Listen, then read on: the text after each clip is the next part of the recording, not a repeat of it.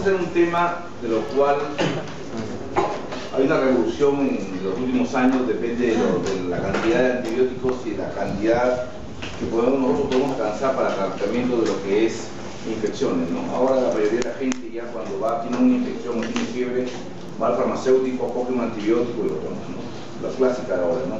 Cuando no funciona con 3 farmacéuticos van al médico y ahí vamos viendo.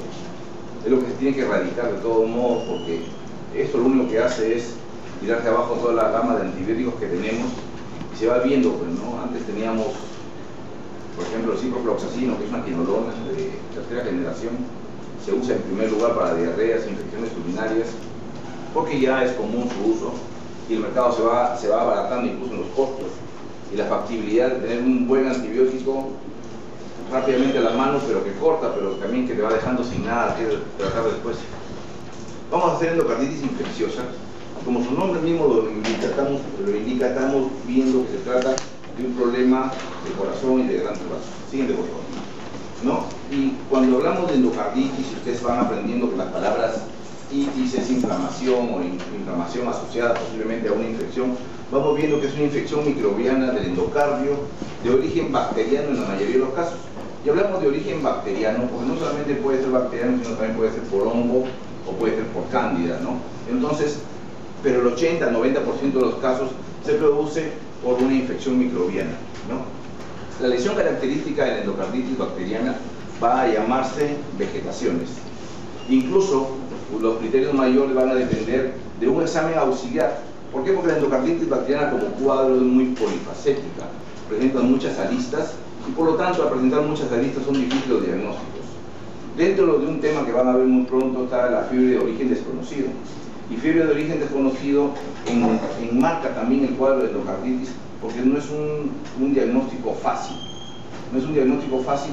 ¿Por qué? Porque el paciente le va a llegar con unos determinados síntomas y tendrían que tener antecedentes de ese mismo paciente con relación a lo que son manifestaciones cardiovasculares para lograr entablar un diagnóstico posible en relación a lo que vamos a ver. De todos modos, vuelvo a recordarles que en endocarditis infecciosa la lesión característica va a ser la presencia de vegetaciones en el endocardio.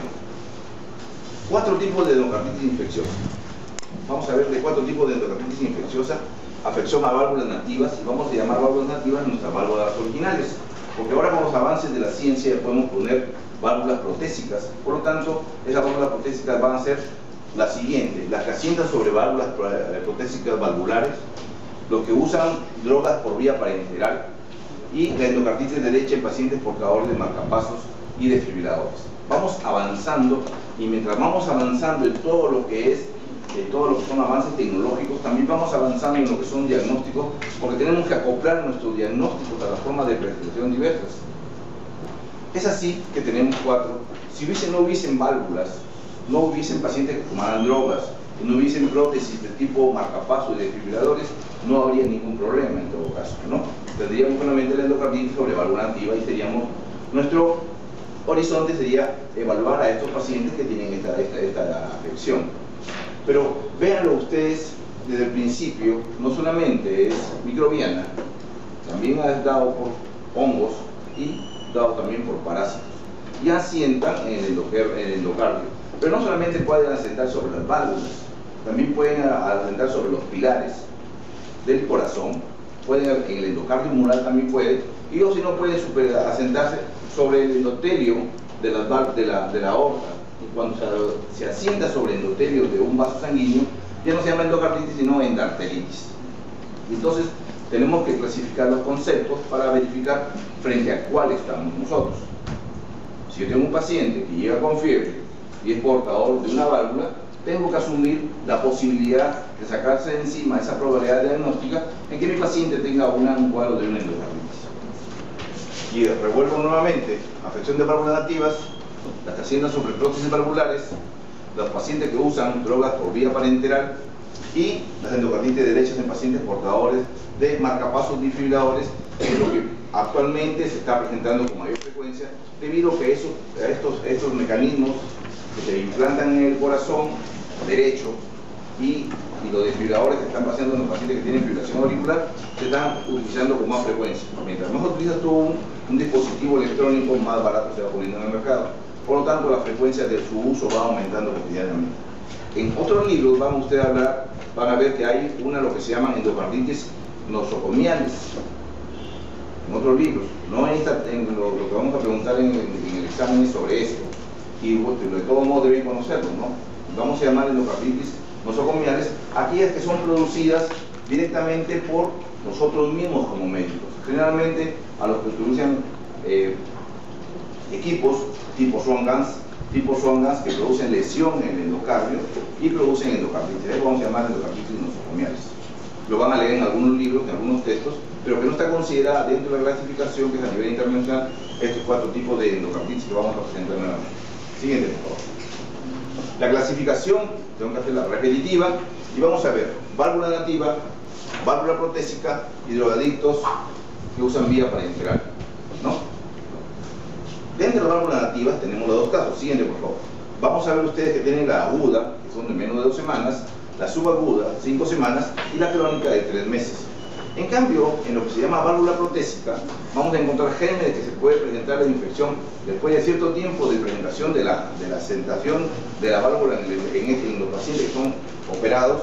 Vamos a ver llamar temprana, si tiene menos de 12 meses, o tardía, si tiene mayor de 12 meses.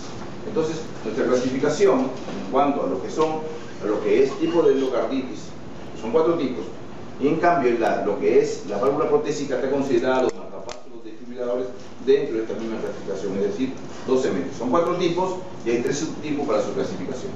Siguiente, por favor. Vean ustedes, la endocarditis asienta sobre las superficies valvulares. Claro que hay pacientes que tienen una mayor facilidad de hacer posibilidad de endocarditis, porque son sometidos a procedimientos médicos intervencionistas, y los pacientes que tienen enfermedades reumatológicas, por ejemplo, la artritis reumatoide, en la fiebre reumática, son enfermedades que vienen, pacientes que vienen predispuestos a hacer daño de lo que es de las válvulas cardíacas, y fácilmente un germen se va a sentar sobre esto y va a producir la formación de vegetaciones en el cuerpo.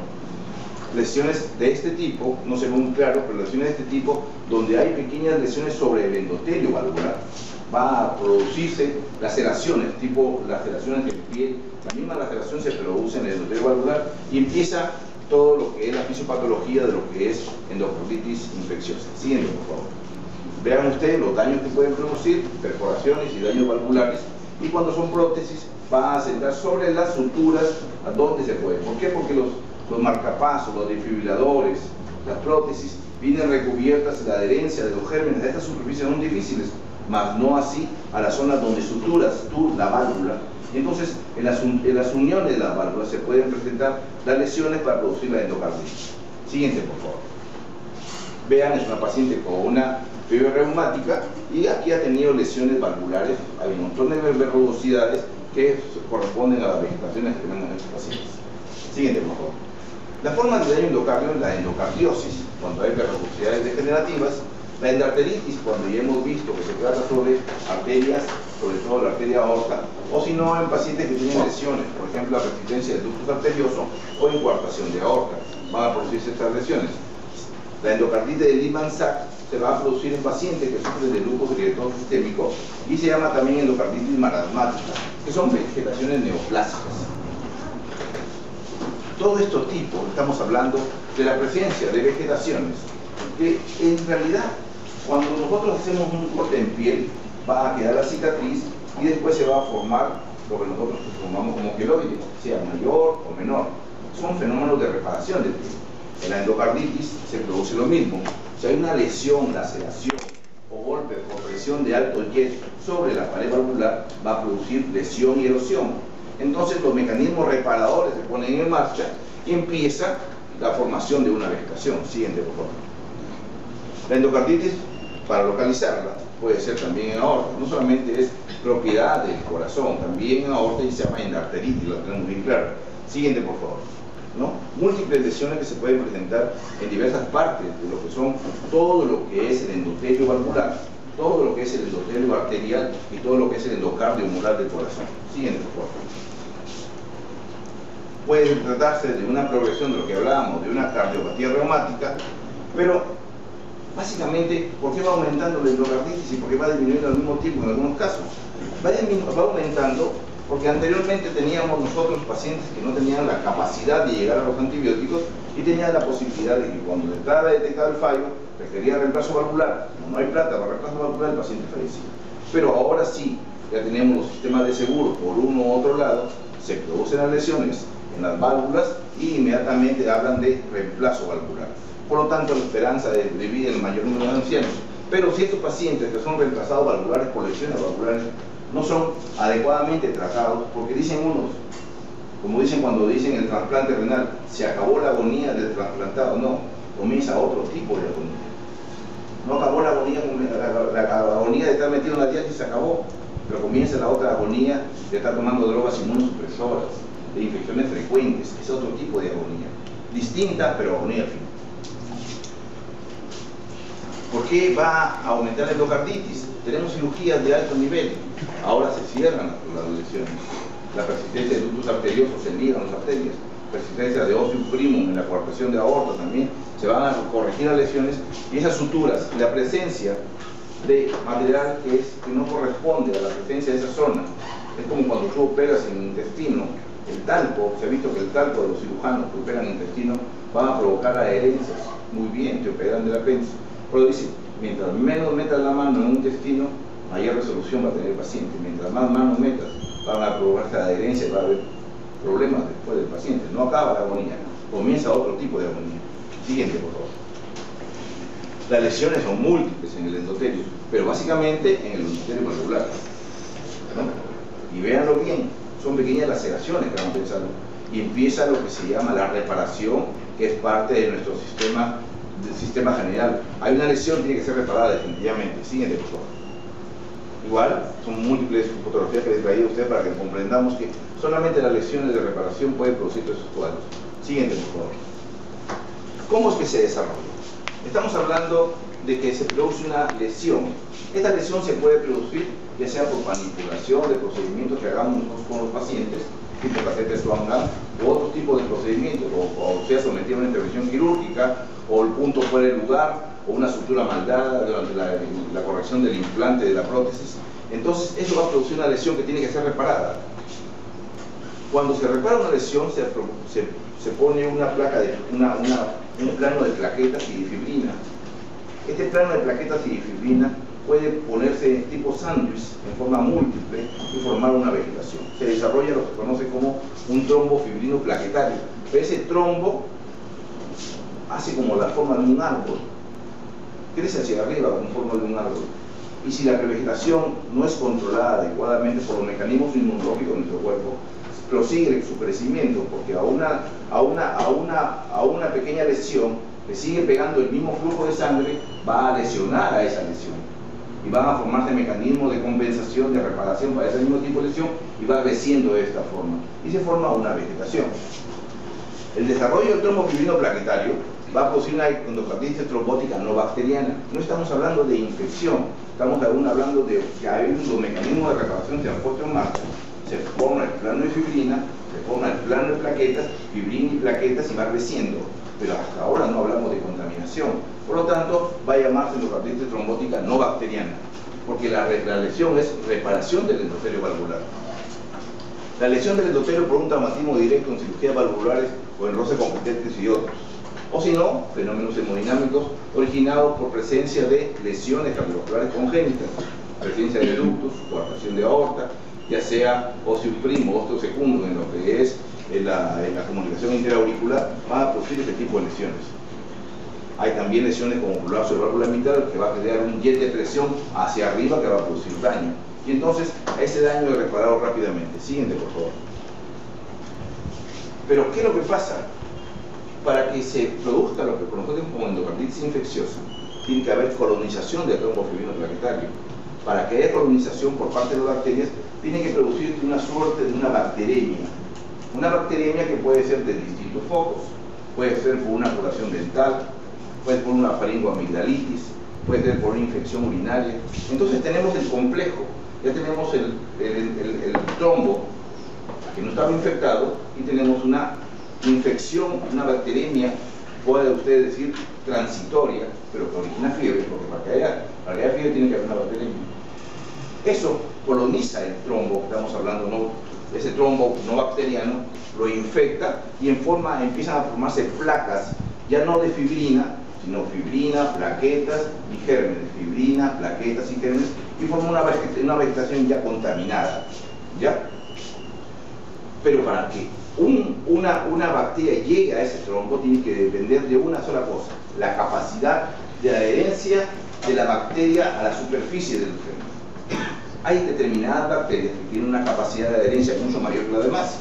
Los streptococos y los staphylococcus aureus son los que tienen mayor predominancia de adherencia a la superficie. Por lo tanto, ante una lesión se adhieren fácilmente a este tipo de gérmenes y provoca. Por eso es que endocarditis infecciosa, vamos a hablar mucho de streptococos y de staphylococcus aureus en su presentación como diagnóstico y como tratamiento para este tipo de infecciones. Siguiente, por favor. Entonces tenemos, como resumido, tenemos una lesión que se va a producir, ¿no? La lesión que se va a producir. Dicen los libros y los textos que cuando una lesión es crónica, permanente, se van a producir ya no solamente plaquetas, lesiones de fibrina y plaquetas, sino empiezan a aparecer inmunocomplejos. Y eso se va a producir en pacientes con lesiones crónicas en el corazón. Va a haber la presencia de inmunocomplejos. Cuando los inmunocomplejos se ponen dentro de lo que es la endocarditis bacteriana, ¿no? Trombótica no bacteriana, se va a llamar lo que se llama la marasmática, es decir, hay inmunocomplejos metidos. Por eso cuando hablamos en la clasificación anterior decíamos lupus eritematoso sistémico, porque hay dentro de esa especie de sándwich que se produce, hay una lesión producida también por inmunocomplejos que se depositan. Y la presencia, vamos a hablar de endocarditis trombótica no bacteriana o marasmática. ¿Por qué? Porque hay la presencia de inmunocomplejos, ¿ya? Básicamente, el depósito de fibrina y plaquetas en la superficie del endotelio valvular. Se deposita la fibrina y se llama endocarditis trombótica no bacteriana. Así es un resumen de todo. Ahora, si nosotros tenemos un cuadro, una suerte de una bacteremia transitoria por cualquier tipo de infección, llamen a ustedes infección urinaria, llamen a ustedes caries dental, llamen a ustedes un procedimiento que le van a hacer a un paciente, que le van a hacer una endoscopía y tiene lesiones en cavidad oral, cuando entra con endoscopio que no está adecuadamente esterilizado o limpio, va a producir una bacteremia transitoria. Un cuadro banal de fiebre que se produce después de un procedimiento quiere decir que se está completó la bacteremia, hay una bacteremia transitoria y se forma ya la vegetación séptica. Vuelvo a repetir, streptococos y staphylococcus aureus son los que tienen mayor posibilidad de adherencia a las superficies valvulares o las lesiones, ¿no? La Escherichia coli, por ejemplo, en la orina tiene una capacidad de adherencia para la vejiga. Acá tenemos streptococcus y staphylococcus aureus. Ya tengo mi vegetación séptica, ya tengo, miren ustedes, he tenido un daño valvular, un daño al endotelio valvular, por lo que quieran, por presión, alta presión, hipertensión arterial, por lesión directa, por un catéter o un procedimiento invasivo que le damos al paciente, ya sea porque el paciente tiene lesiones congénitas, como coartación de aorta, ya sea como la presencia de comunicación interauricular tipo ostium primo o ostium secundo, se van a producir lesiones por contacto. Es como que yo con una manguera esté sobre la pared con una manguera y le ponga presión a la manguera. Técnicamente, por la presión misma sobre el mismo lugar, puede producir una erosión. Esa erosión tiene que ser reparada. Se producen los depósitos de fibrinas y de plaquetas. Y si la lesión es crónica, persistente, va a producirse también inmunocomplejos. Y entonces vamos a llamar a eso endocarditis trombótica no bacteriana. Si al mismo tiempo yo tengo una infección que me va a producir una bacteremia, se va a complicar la vegetación que vamos a llamarlo ya vegetación séptica. Ahora ustedes imagínense una vegetación en forma invertida de triángulo, que con el flujo va y viene, va y viene, va y viene. En un momento determinado, si la vegetación es muy grande, se va a fracturar. Si se fractura, van a depositarse plaquetas, fibrina y gérmenes, y eso va a producir émbolos sépticos. Y esos émbolos sépticos se van a distribuir por todo el organismo. Es decir, la fractura de la vegetación es la que me va a producir todo el cuadro en general. ya no era simplemente la formación. Nosotros estamos hablando de que se formó la vegetación séptica y ahora se ha roto, se ha fracturado y salen émbolos sépticos disparados a todos los órganos del cuerpo: cerebro, riñones, pulmones. Pero miren ustedes, al mismo tiempo que la vegetación está persistente ahí, se van a formar focos de pus, van a formarse lesiones en el endotelio valvular, puede haber perforaciones de la válvula, puede haber daños y va a producir lesiones de doble tipo de lesión, es decir, estenosis e insuficiencia al mismo tiempo por destrucción valvular. Entonces, si hablamos de destrucción valvular, vamos a hablar de manifestaciones cardíacas. ¿Por qué? Porque estamos dañando la válvula. Les he enseñado fotos anteriores donde van a ver válvulas completamente rugosas con múltiples vegetaciones y la posibilidad de abrirse se altera completamente. Entonces vamos a hablar, pero al mismo tiempo hablamos de fracturas de la vegetación, vamos a hablar de émbolos sépticos. Estos émbolos son émbolos pulmonares que pueden haber enfermedades sistémicas y pueden producir, si son de tipo hongo, eso se va a migrar hacia el cerebro y pueden producir lo que muchos le temen, que son los aneurismas micóticos, o si no, causarse lo que se llama metástasis sépticas, es decir, a partir de un foco o un torrente circulatorio adecuado, salen disparados todos esos émbolos a distintas partes del cuerpo. Pero si la bacteria es persistente, si el cuadro infeccioso que me originó que esas vegetaciones se complicaran, van a aparecer la presencia de inmunocomplejos. Por lo tanto, en un paciente con endocarditis infecciosa que tenga un cuadro crónico lento, como algunos vacilos, algunos gérmenes que vamos a hablar más tarde, va a haber un cuadro subagudo en el tiempo que llega a la cronicidad, se van a formar la presencia de inmunocomplejos. Por lo tanto, en estos pacientes, cuando tú haces el screening total, porque estás perdido en el espacio, no sabes dónde buscar, porque es la foco, entonces tú dices, puede ser una colágenopatía y empiezas a pedir anticuerpos antinucleares, factor reumatoideo, velocidad de alimentación, y no es raro que tú en esta enfermedad tú encuentres procesos similares. Por ejemplo, yo puedo encontrar una vasculitis en este paciente, pero por la formación de estos inmunocomplejos que también se van a depositar en el riñón. Puedo presentar una glomerulonefritis y la presencia de aneurismas micóticos en diversas partes del cuerpo. Es decir, la infección crónica me activa mi sistema inmunológico, y mi sistema inmunológico que no tiene una direccionalidad adecuada hasta esta infección crónica forma la presencia de factor reumatoideo y anticuerpos antinucleares que no son potestad de las enfermedades inmunológicas, sino también pueden presentarse hasta en un 30% en pacientes con endocarditis infecciosa. Al mismo tiempo, todo proceso infeccioso crónico, y eso tenganlo bien claro, va a producir aumento del RES. Y si va a producir aumento del RES, va a haber hepatoestrenomegalia como respuesta a esa actividad. Por lo tanto, con todo esto, ya formé mi enfermedad. Ya tengo un paciente que tiene fiebre, ya tengo un paciente que tiene daño valvular, que no lo tenía antes. Por lo tanto, como le digo yo, es una enfermedad difícil de poder obtener. ¿Por qué? Porque yo no tengo una idea de cómo era mi paciente antes de este proceso. Porque si yo sé que mi paciente no tenía soplos antes, en una historia clínica bien hecha, no copiada de computadora, yo voy a encontrar que mi paciente ahora tiene un nuevo soplo, si tiene fiebre, planteo la posibilidad de una endocarditis infecciosa. Pero si copian las historias de la computadora y las pegan, nunca van a encontrar nada de eso. Siguiente, por favor. ¿No? Y es un resumen general. Sí, teclea. Entonces, velo valvular, lesión endotelial, agregación plaquetaria, fibrina, ahí paratrótico. En la fibrina, ahí está lo que se llama la endocarditis trombótica no bacteriana. Es decir, lesión endotelial, agregación plaquetaria, se agrega fibrina, se pone una especie de cesantes y ahí está, endocarditis trombótica no bacteriana. ¿Sí? A esto le agregas la bacteriemia por una colonización cíclica. A una bacteria por una colonización, ya tengo ahí ya tengo mi endocarditis infecciosa. Y ahí está la presencia de la vegetación. Es decir, tengo esta misma vegetación que se formó acá, la tengo colonizada por gérmenes. Y a eso puede llamar endocarditis bacteriana. Cicatrización de ese mismo tipo de lesiones.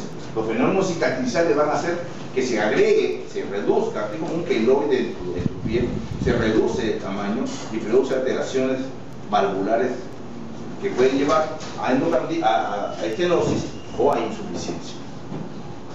¿Sí? Sigue, por favor. ¿No? Y pues nuevamente esa cicatrización, nuevamente, la misma fuerza que produjo la lesión endotelial primaria va a golpear ahora sobre la lesión cicatricial y va nuevamente a volverse a formar otra vegetación, porque la anterior que había aquí ha sido dañada, rota y convertida en émbolos sépticos por la fuerza de jet que tienen que originó la lesión inicial. Siguiente, por favor. Básicamente, endocarditis ocurre cuando una jet de alta presión es una fuerza jet, es decir, tengo una estenosis, tengo una coartación de aorta, tengo una presencia de un óseo primo, un óseo segundo, un fenómeno de Rogers. Eso va a dirigir a depresiones de alta presión hacia zonas de baja presión, va a producir daño del endotelio y se va a producir la lesión. Siguiente, por favor. ¿Qué lesiones predisponentes más comunes tenemos? Tenemos una valvulopatía aórtica, ya sea una aorta. ¿Cuál es lo más común en una valvulopatía aórtica? Que la aorta sea bivalva. Y acuérdense que la aorta trivalva es la común y corriente, pero una bivalva puede producirme alteraciones de onda jet de presión y originarme lesiones en el endotelio, ya sea aórtico o intramural. Una valvulopatía mitral, ya sea una insuficiencia, ya sea una estenosis, o si no, un prolapso de válvula mitral. Una coartación de aorta, comunicación interventricular, persistencia de ductos arteriosos. La misma presencia de válvulas protésicas, porque la válvula tiene que sujetarse al anillo y tienen que coserlas. No es por ahí que un cirujano que de mucha experiencia pasa, retrocede la aguja y nuevamente la vuelve a pasar. Donde pegó la aguja inicial va a hacerse reparada. Y esa reparación significa depósito de plaquetas inicialmente y depósito de fibrina. Si no hay una reacción adecuada del organismo, va a formarse un tipo SAN, paquetes, fibrina, y se forma una vegetación. Ahora esto, le agregas una infección, una bacteriemia transitoria de cualquier característica, una infección urinaria, una vulvovaginitis, una caries dental que no ha sido corregida adecuadamente, y tenemos la endocarditis infecciosa. Válvula nativa tipo Spiller en adictos. ¿Qué es lo que pasa con los adictos? Los adictos, acuérdense ustedes de las películas que ven, o si ustedes lo practican, ¿no? Abierta, a ver. Él dice que busca agujas nuevas todavía. Lo que pasa es que cuando se drogan en grupos, ¿no? Fuera que drogar a uno, hermano, se drogan en grupos y se prestan las jeringas, y cuando van a Castilla o al cementerio y saben que la coca que están comprando no es pura, saben que no es pura. ¿Por qué? Porque usan un montón de artificios, le echan polvo, le echan aspirina, y cuando hacen la preparación para ponerle un endovenoso, jalan polvo y jalan harina. Entonces, ¿cómo es esa dieta? Cogen acá, se pone la droga, y esa droga no es la droga la que daña la válvula, es el polvo o el polvo de la aspirina, el componente que se deposita en esta superficie valvular. Por eso que la válvula que está afectada en estos casos no es la izquierda, sino es la válvula derecha. Y en este caso, los pacientes que son adictos a drogas por vía parenteral tienen endocarditis de válvula derecha, de válvula tricuspidia, no va a ser de la izquierda, porque el contacto directo de la sustancia que ha sido diluida, y al mismo tiempo hacen doble, ¿no? Ponen el talco con la coca y también utilizan no medios adecuados de asepsia para ponerse la aguja, se inyectan sin asepsia adecuada y todavía te la apretan un poquito, aunque ahora con esto del SIDA y las hepatitis se va haciendo un poquito, hasta ellos tienen un poquito más de conciencia, ya van dejando, no voy a usar que todas las mías son nuevas, ¿no? Sigan. Sí. Anterior. Lesiones predisponentes menos comunes tenemos la cardiopatía hipertrófica obstructiva.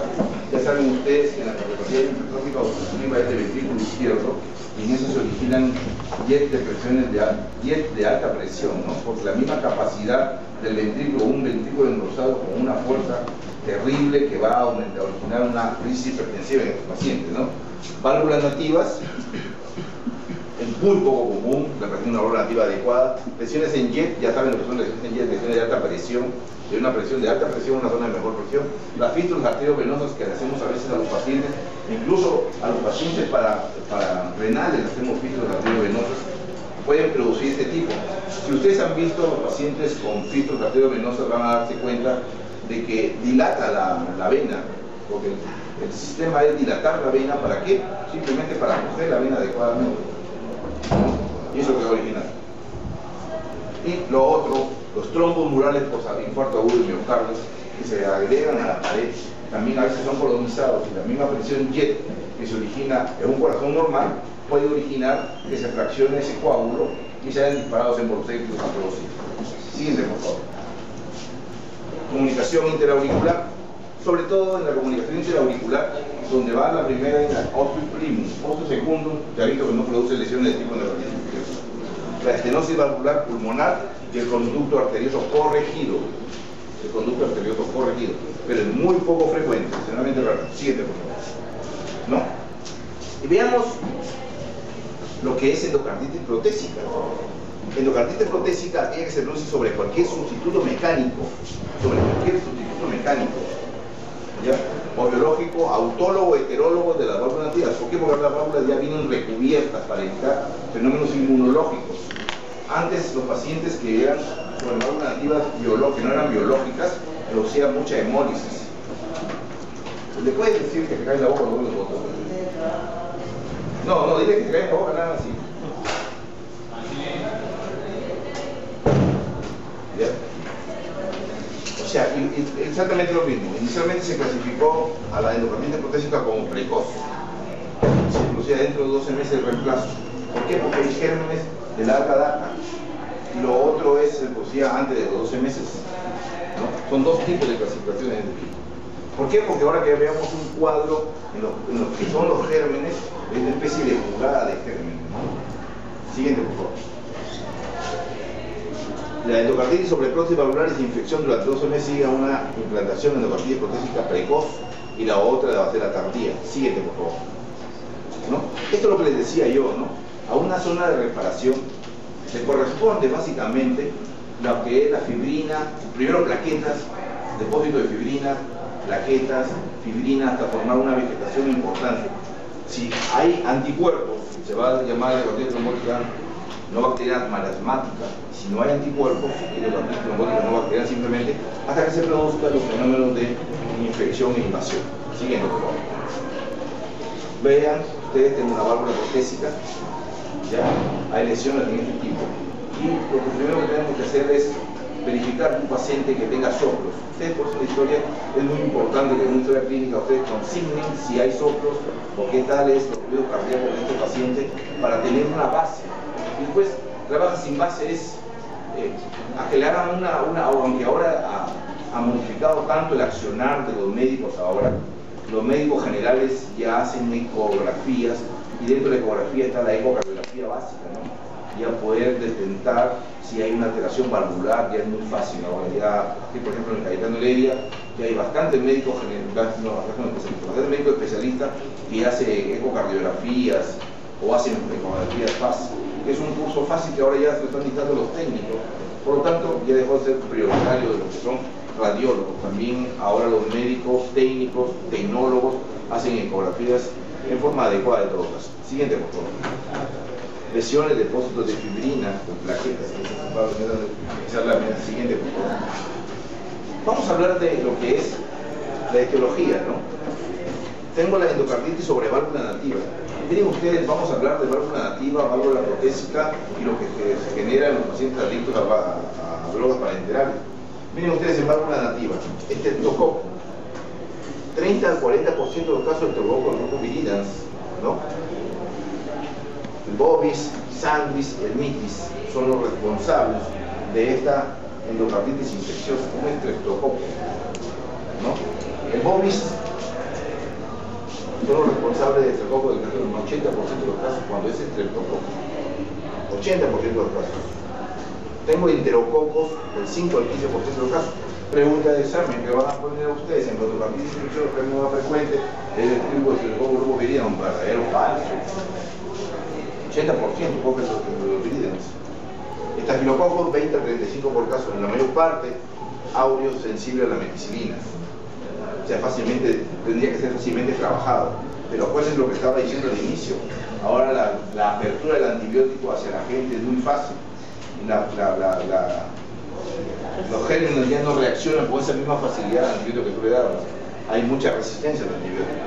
Y los bacilos gram negativos suelen tratarse del organismo del grupo Hacker. Si tú ves, porque parte de lo que vamos a ver nosotros en la hepatitis infecciosa es hacer un hemocultivo. Y lo primero que van a decirte es un gram positivo o un gram negativo. Si es un gram negativo, miren ustedes a estos gérmenes del grupo Hacker. Estos gérmenes del grupo Hacker son gérmenes lentos.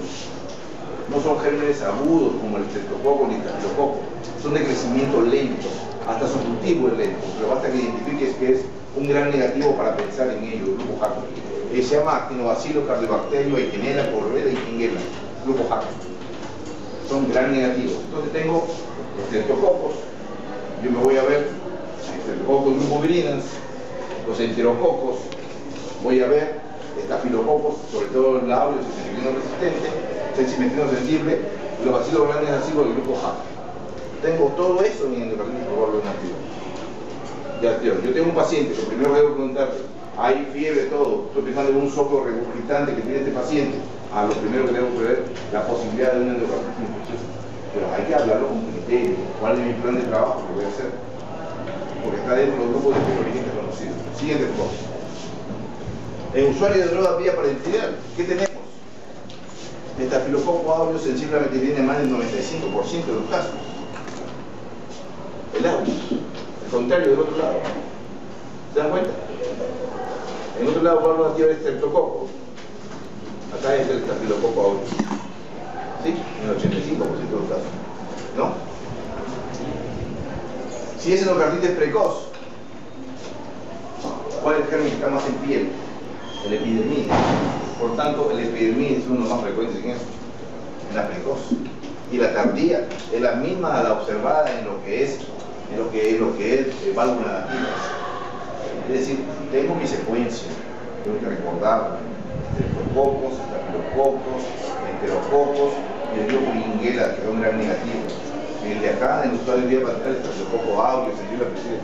Sobre válvulas, prótesis valvulares, tengo dos tipos, en la precoz, epidermidis, y en la tardía tengo los mismos, que es el estreptococo, el estafilococo y los enterococos. Eso mismo tenemos que verlo representado. Siguiente, por favor. Miren ustedes el cuadro, enfermedades reumáticas, se lleva de encuentro todo. Los pacientes que tienen enfermedad reumática, fiebre reumática, artritis reumatoide, se llevan de encuentro todo lo que son factores predisponentes para la endocarditis infecciosa, porque hay daño valvular previo, hay lesiones previas, hay vegetaciones en la fiebre reumática. ¿Se acuerdan ustedes de la fiebre reumática? Que ya no se presenta con mucha facilidad ahora, porque ya la fiebre reumática ya va desapareciendo. Antes nadie se inyectaba, ahora todo el mundo tiene una faringitis, le das antibióticos, amoxicilina, amoxicilina, y hace que la recurrencia sea menor, por eso que se ve poco fiebre reumática. Incluso fiebre reumática antes decía, ¿no? ¿Cómo es? Muerte del corazón y dame las articulaciones, pues se llamaba fiebre reumática. ¿Por qué? Porque tenían problemas cardíacos y tenían problemas articulares. Antes decíamos que era fiebre reumática del norte. Pero miren, todo esto es gran reactividad porque es fiebre reumatológica. Siguiente, por favor. Miren ustedes acá, tengo dos. Válvula nativa, válvula protésica. Hagan la comparación de gérmenes. Hagan la comparación de gérmenes aquí y hagan la comparación de gérmenes acá. Básicamente es al revés. Cuando es proximal, es estreptococos. Cuando es tardía, estafilococos. Y en el otro lado, cuando es precoz, es estafilococo. Y cuando es tardía, se vuelve estreptococo. Básicamente, si ustedes hacen un análisis de todo esto, vamos a ver estreptococos, estafilococos, ya sea el coagulante negativo o el epidermidis, ¿no? Gran negativos, y aquí está el grupo Hacker. También hay difteroides también. Porque acuérdense que cuando empezamos a hablar de endocarditis infecciosa, estábamos hablando que no solamente microbiana, también puede ser por hongos y por parásitos. También la posibilidad de que sean hongos y parásitos los generadores de una endocarditis también está presente. Siguiente, por favor. Bueno, del cuadro clínico se desprende todo, ¿no? Si tenemos sobre una válvula nativa, la forma de causar la enfermedad asienta en la válvula del corazón izquierdo. Si yo te hablo de un paciente que es adicto al droga de vía parental, el corazón derecho. Así por suavidad nada más. Y las válvulas en izquierdo, en este orden, van aórtica, mitral y ambas. Son las válvulas que están tomadas más fácilmente, ¿no?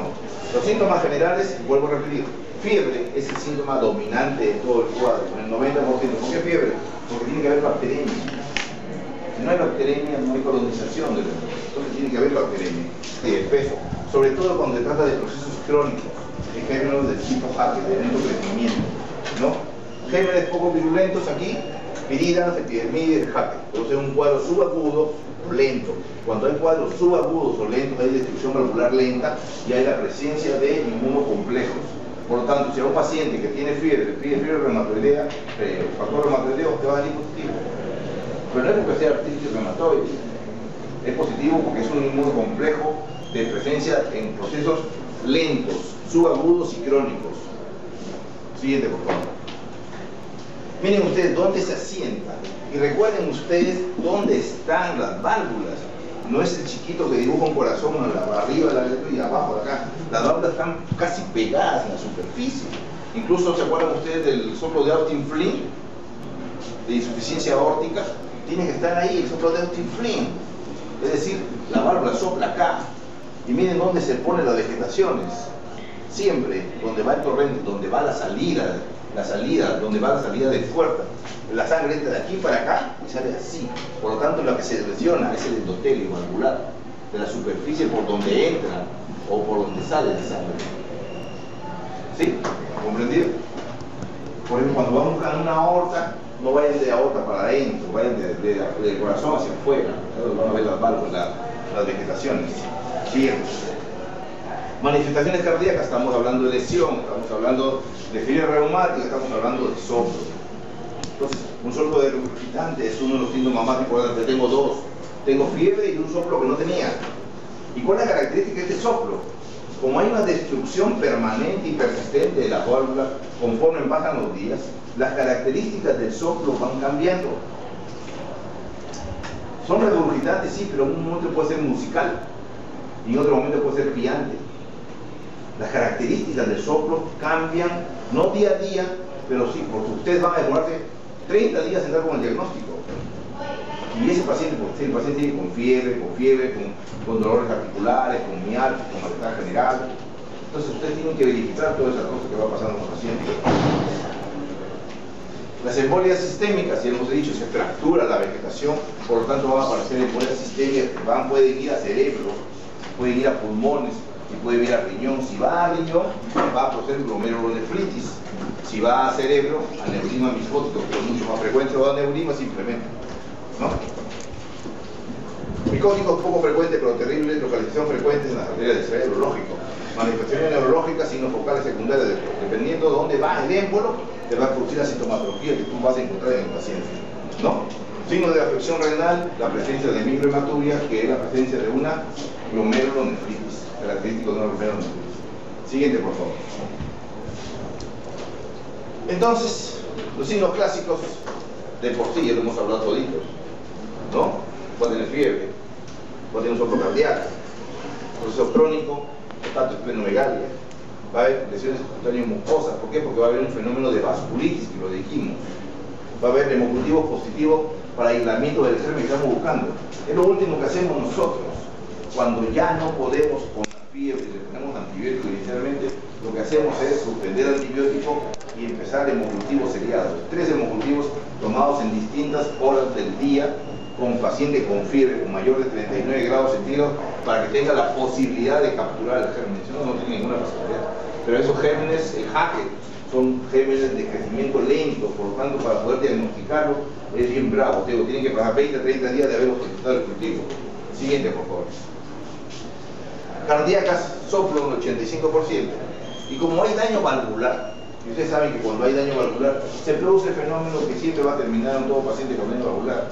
Va a haber insuficiencia cardíaca y va a haber, si se afecta el nodo sinusal, el tabique interventricular, va a haber alteración del ritmo de la conducción. Por lo tanto, puede haber fibrilación auricular, puede haber estímulos frecuentes, puede haber arritmias de cualquier tipo en estos pacientes. Siguiente, por favor. ¿No? Pero, ¿en qué más me apoyo? ¿Qué más busco? Yo ya busqué, ya tengo mi fiebre, tengo un soplo que no tenía el paciente ayer o anteayer. Mi paciente tiene alteraciones que no tenía el ritmo que no tenía mi paciente, pero también hay manifestaciones clínicas periféricas. Y esas manifestaciones clínicas periféricas son clásicas, porque todo el cuadro, hablando de endocarditis bacteriano, es un cuadro clásico.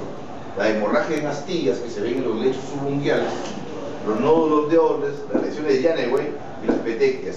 Las petequias va a ser símbolo de que estoy frente a una vasculitis. Siguiente, por favor. Miren ustedes dónde aparece. Van a aparecer los nódulos de Orles en la palma de la mano, van a aparecer las lesiones de Janeway en el dorso de la mano, en la parte superior, y lo que son petequias, vasculitis y embolismo en las uñas o en la parte superior del dedo. Siguiente, por favor. Vean, siguiente, por favor. Miren, hemorragias en astillas, ¿no? Hemorragias en astillas que voy a buscar en mi paciente.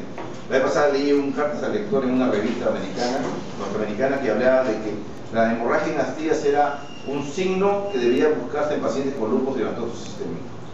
Y la respuesta de esta revista, que es la New England Journal, fue simplemente la hemorragia en astillas es signo característico de endocarditis bacteriana.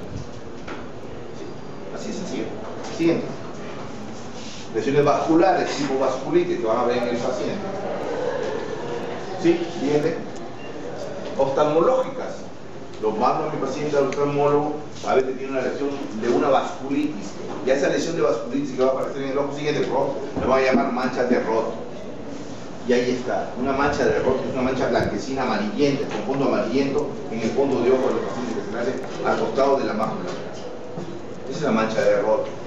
Pulmonares, pero los pulmonares van a depender no del cuadro clínico, van a depender del pulmón, del corazón del paciente.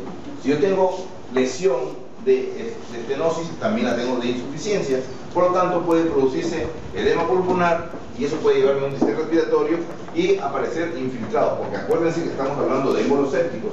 Los émbolos pueden llegar a cualquier lado y poner abscesos pulmonares.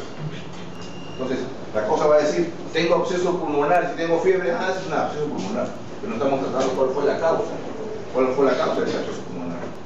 Y eso es lo que tenemos que llegar al origen. Por lo tanto, después de esta clase, creo que una de las cosas cuando tenemos fiebre de origen desconocido, lo primero que debemos mirar es endocarditis bacteriana. Siguiente. Miren, expresión de vasculitis. Y esa vasculitis se puede presentar en otras cosas también, ¿no? Se puede presentar en otras enfermedades, no solamente de endocarditis infecciosa. Estamos hablando de vasculitis. No es que cuando vean un dedo negro van a decir, no, estamos hablando de una endocarditis infecciosa. No, estamos hablando de que tiene vasculitis, es una expresión de vasculitis. Que la endocarditis bacteriana tenga vasculitis es otra cosa. La vasculitis, eso es vasculitis. Siguiente, por favor. Mire, lesiones de vasculitis también en sus pacientes. Siguiente. Vasculitis en la palma de la planta de los pies. Lesión de vasculitis. Siguiente. Hemorragias en astillas subunguiales. Ahí es el genio, ¿no? Toda una uña toda maltratada y sale esa manchita. Bueno, vamos. Siguiente. Manifestaciones clínicas neurológicas depende del que haya una embolia, sea absceso cerebral. Ahora ya podemos, después de haberles hablado todo eso, creo que ya puedo entender todo esto que se puede presentar en estos pacientes. No es patognomónico, no es que sea patrimonio de endocarditis infecciosa. Esto se puede presentar en estos pacientes. Si nosotros sumamos, suma 1 más 1 más 1 más 1 más 1, vas a llegar a este diagnóstico. No es cuestión de decir tiene una esplenomegalia, endocarditis, no, también no es genio. Siguiente, por favor. Tiene lesiones subunguiales por vasculitis en ojo. Siguiente. Miren ustedes, vasculitis, aneurisma bajo en este fondo, que presenta como émbolos sépticos, que hace un absceso en el cerebro. ¿Cómo llegó ahí? ¿De dónde es el foco? De las piernas, que las piernas también. No hay nada que me pueda dar un absceso intracerebral. Es el corazón. Ahí tienen que encontrar. Siguiente. Vasculitis. Forma de presentación. Siguiente. Vasculitis nuevamente. Lo del aneurisma micótico que le estaba diciendo que se ve así. Ya cuando hagan una angiografía lo van a hacer como siguiente. El daño valvular, una válvula completamente con múltiples rugosidades. No es una válvula plana, lisa, como se ve, ya con múltiples degeneraciones en su superficie. Siguiente. Lo mismo, con daño, con una perforación. Miren este huecazo. Siguiente. En los pacientes con drogas por vía parenteral va a sentarse sobre la válvula tricúspide. Claro que era válvula tricúspide. En la otra era aórtica y mitral, y en ambas, aquí en el lado derecho, es válvula tricúspide. Y el responsable está estafilococo aureus en un 90% de los casos. O sea, voy de frente, yo tengo un soplo tricúspide bien raro. Le buscas tú los codos al paciente, le buscas la zona de flexura, y tiene multiplicadores en curso. ¿Estaba en el campo o todo eso?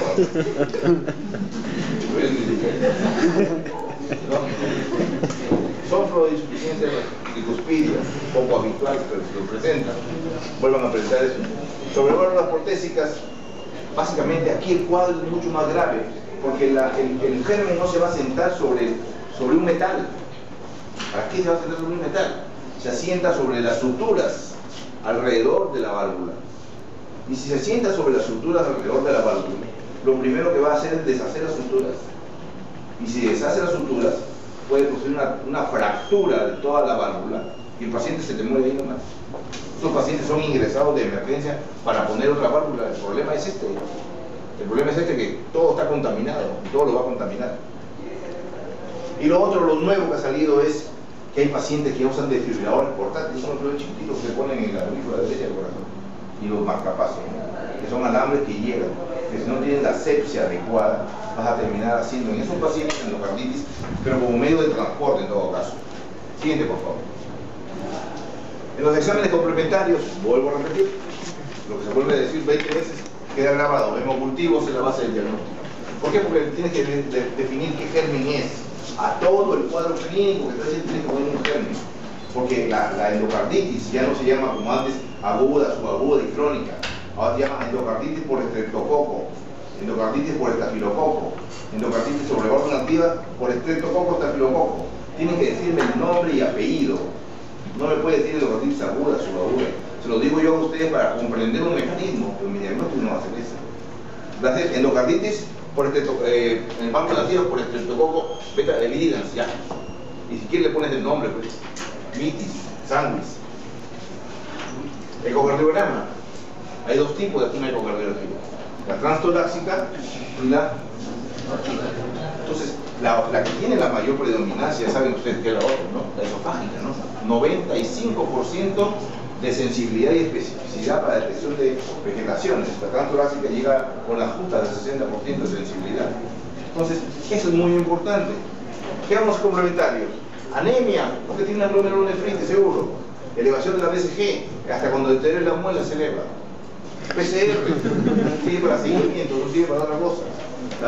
La proteína C reactiva la utilicen a ustedes para seguimiento de enfermedad, no la utilicen para diagnóstico. La proteína C reactiva dice que hay una inflamación ahí en alguna parte del cuerpo, no dice dónde. No sirve más que para seguimiento, y es lo que tienen que hacer contigo.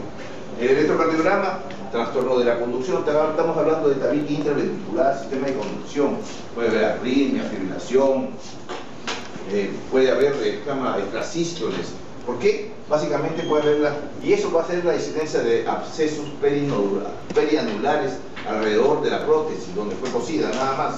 Y la radiografía de todas es totalmente inespecífica. Totalmente inespecífica.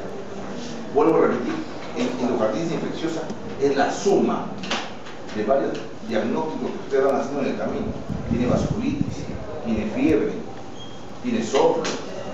Les van sumando y van metiendo un cuadro. Tiene un absceso intracerebral, el absceso era la fiebre, ya le dan antibiótico y lo mandan a su casa. Estoy torcido de otro con otro absceso después. Esa no es la cosa. Tenemos que llegar al diagnóstico. Tenemos que tener la certeza de que estamos curando al paciente. Siguiente, por favor. Esa es una ecocardiografía donde se van a ver una vegetación sobre una válvula. No es buena la imagen tampoco. Ni tampoco cuando la ves tampoco es buena la imagen. Siguiente, por favor. Realmente, nuevamente, abscesos en el septum. Siguiente, por favor. Los criterios diagnósticos tienes para el diagnóstico definitivo y para el diagnóstico posible. Ahora, siguiente, por favor, siguiente. Eso lo van a leer después cuando estén en su casa. Siguiente.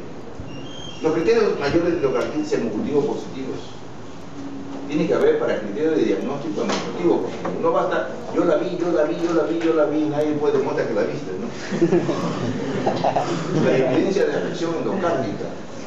Por eso cuando toman una ecocardiografía le toman fotos, porque si no nadie te cree. Siguiente, por favor. ¿No? Factores predisponentes. Tiene que haber una base. ¿Por qué le da dando este cuadro a este paciente? Tiene que haber una base anatómica, la presencia de fiebre, fenómenos vasculares. No vas a evitarlos, vas a encontrar los fenómenos vasculares. Que después, a pesar del diagnóstico, sigan presentando y es tu culpa. No lees adecuadamente el mensaje que te están mandando, ¿no? Fenómenos inmunológicos, la glomerulonefritis, los nódulos de Osler, las manchas de Roth, son fenómenos inmunológicos. La evidencia microbiológica es la presencia de hemocultivos positivos. Siguiente, por favor. Criterios de diagnóstico de tumores mayores, cultivos positivos, ya tengo Streptococcus viridans, Bovis, Hackett, Staphylococcus, Enterococcus. Siguiente, por favor. Persistencia de cultivos positivos en muestras tomadas con intervalos de 2 horas.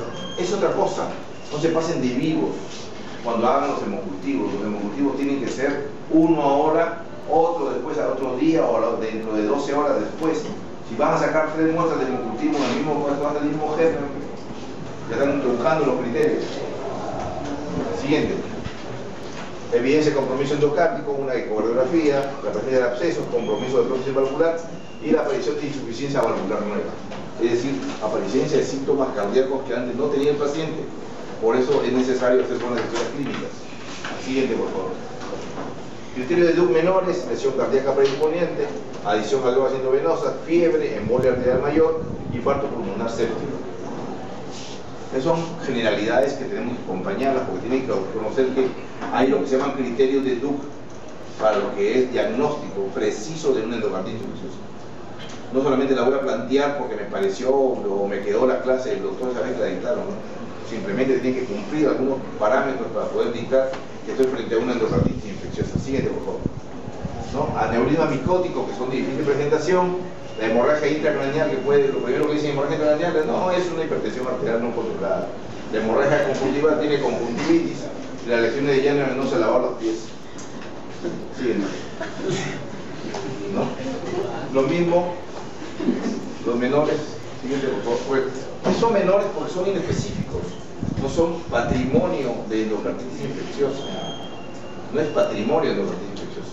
Patrimonio son hemocultivos, una ecocardiografía y aislar el germen, patrimonio de endocarditis infecciosa. Lo demás son procesos inmunológicos que pueden encontrarse en múltiples procesos. Siguiente, por favor. Ya para el diagnóstico de criterio clínico, sí, por favor. Y acuérdense ustedes, endocarditis infecciosa del estreptococo, dado la subaguda, tardía valvular protésica, subaguda y tardía valvular, estafilococo aguda, temprana y los adictos a las drogas parenterales. Gran negativos da en los agudos, gran negativo da en agudos y los adictos a drogas parenterales fuertes. Esa es la secuencia con la cual ustedes deben pensar. ¿Frente a cuál estoy? Estoy frente a un cuadro agudo, miren acá. Estoy frente a un cuadro subagudo, aquí cojo y acá cojo. Saco los adictos a drogas por vía parenteral, que son los más facilitos de diagnosticar. Ese es sencillo de diagnosticar. Los tienes encerrados 3 días, te mueven. Siguiente. Alto riesgo, válvula protésica cardíaca, episodios previos de endocarditis, defectos cardíacos congénitos, cortocircuitos o conductos sistémicos similares, o haber sido sometido a una intervención quirúrgica. Siguiente, por favor. Riesgo moderado, todas las presencias, lo que hemos estado hablando, la posibilidad de presentar un defecto cardíaco persistente hace que mi paciente tenga la posibilidad de tener endocarditis. Tiene que haber una base anatómica para poder pensarlo. Si acá en Piura, ¿cuántos sondas han puesto? 25. Seguro que han hecho 25 endocarditis, más no. Entonces no le puede echar la culpa al sonda, porque sonda ni la palabra la conocen. Entonces, tírate acá a buscar defectos intravasculares, pide una ecocardiografía de tu paciente. Siguiente. La comunicación intraocular que estaba diciendo, hoy doctor secundo. Dicen que el otro segundo no da endocarditis infecciosa, pero hay que constatarlo, hay que ver. Otro primo, otro segundo, son las causas más frecuentes, ¿no? Y acuérdense la palabra, que esto es muy común, ¿no? Más al pediatra, no, es un soplito, es inocente, terminan con una endocarditis infecciosa. Y algunos llegan a médico todavía. Bien. Tratamiento de estreptococcus purpurina sensible. Miren ustedes, siempre vemos, a pesar de todo, ¿por qué? Porque estamos hablando de estreptococos, estamos hablando de Staphylococcus aureus sensible y la meticilina. Si estamos hablando de esos dos grupos, entonces vamos a ver que todos son susceptibles a las penicilinas. Entonces, vuelvo a repetir, primero gasten no van a meter pólvora en gallinazo, pero ahí primero hagan esto, penicilina G sódica, pónganle millones de millones, pero tengan cuidado, es G sódica. Si tu paciente tiene insuficiencia cardíaca, lo vas a cargar de sodio, lo carga de sodio, lo carga de agua y lo matas, déjenlo mejor con sus endocarditis. Pacientes alérgicos, vancomicina. ¿No? Siguiente, por favor. El grupo virinas, básicamente penicilina, la sustitución, lo más común que vale. La ceftriaxona es más barata que la penicilina, porque si ustedes se enferman, pónganse ceftriaxona. Enterococo, el grupo virinas, penicilina, ampicilina y vancomicina. Son los tres grupos. Siempre tiene que ir para gran positivo, para gran negativo. Siempre pongan una penicilina asociada a una aminoglicósida. Siempre van a ver. Y si son alérgicos, reemplácenlo por la vancomicina, que es la gran solución. Siempre. Medicinas resistentes, básicamente gentamicina a altas dosis. Pero miren ustedes, no sé si se habrán dado cuenta de todo esto. Miren los tiempos. Los tiempos que se tiene que poner el antibiótico al paciente. Estamos hablando de 4 a 6 semanas. Los tiempos, aquí es la clave.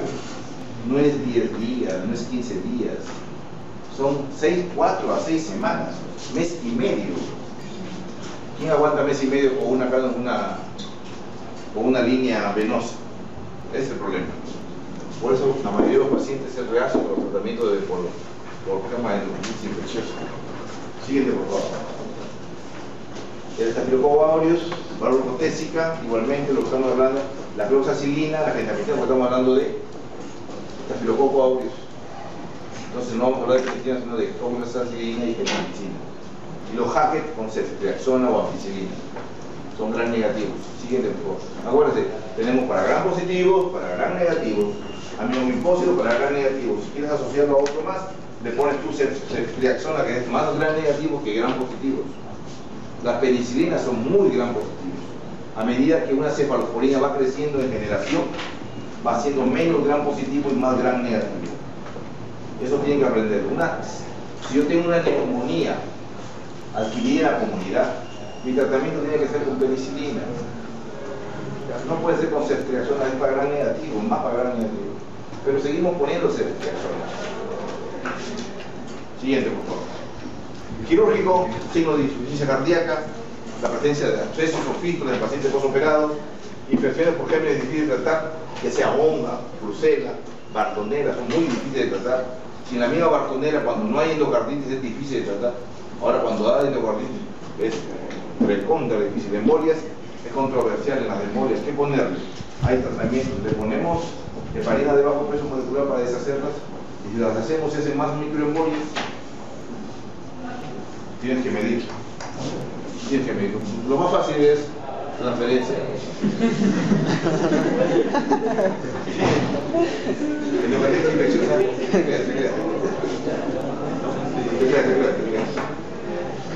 Ahí nomás.